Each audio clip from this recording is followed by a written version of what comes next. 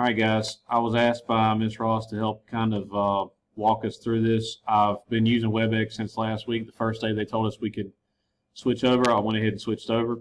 A lot of people have been asking about multimedia sharing, and so I want to make sure that you guys are aware that there are a couple of different ways you can do this. I'm still playing around with this too, so don't think that I have this figured out. These are just the two ways that I've kind of come across that work best for me. So the first way is sharing a tab like you normally would in Google Meet. There's a little bit of a difference on Webex, so you have to be very careful how you do this, okay? So if you want to share, like, say, a YouTube video, we watched a YouTube video that was a TED Talk in one of my classes. Okay, go to Share Content, and then you need to choose your tab. This is my tab that has my YouTube video open in it. I'm going to share that. Now, the thing I don't like about this, and what a lot of people have complained about, I get it, is that it's very tough to see what the heck you're doing, okay, when it comes to sharing. So the problem with this is once you share, you don't have a lot of options. Okay, I get that. So make sure whenever you share your content that you share optimal for motion and video. Okay, if you optimize for text and images, it's literally going to just share your screen. Optimize for motion and video, it shares your computer's audio. And then again, make sure that you have the tab that you're going to use.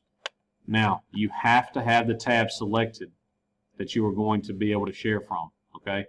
So if you don't have it selected, you have to make sure that you have it selected in order to be able to share your content. And once you start playing, and hopefully Ms. Ross can actually hear this video and see this video.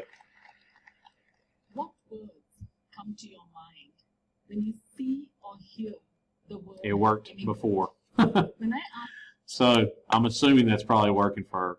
The other way that I've found is this gives your students options to be able to play the video on their own time. They can watch it. Now, there are lagging issues on both of these, so don't think that these are perfect. Your student's internet connection is going to completely determine how well this works for them. Okay? The other way that I found to be able to share this is make sure that you have the URL from your YouTube video. So I copied that.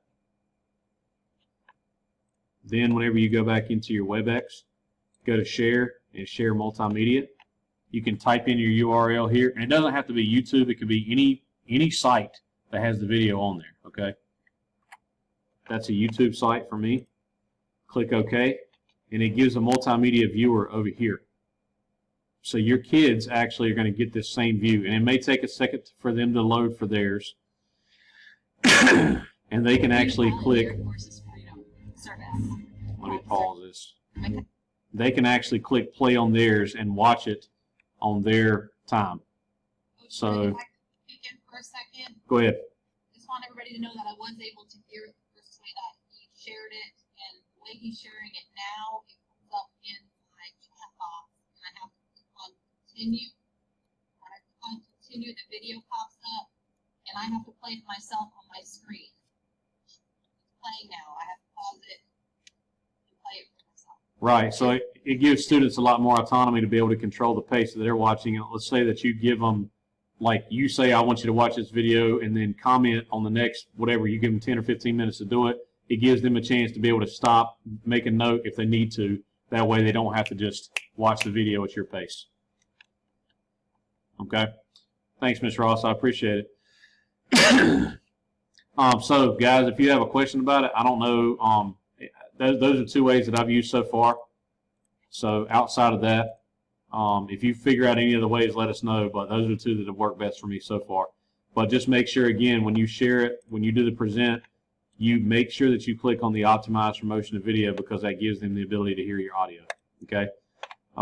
Thanks for watching. I hope this helped everybody.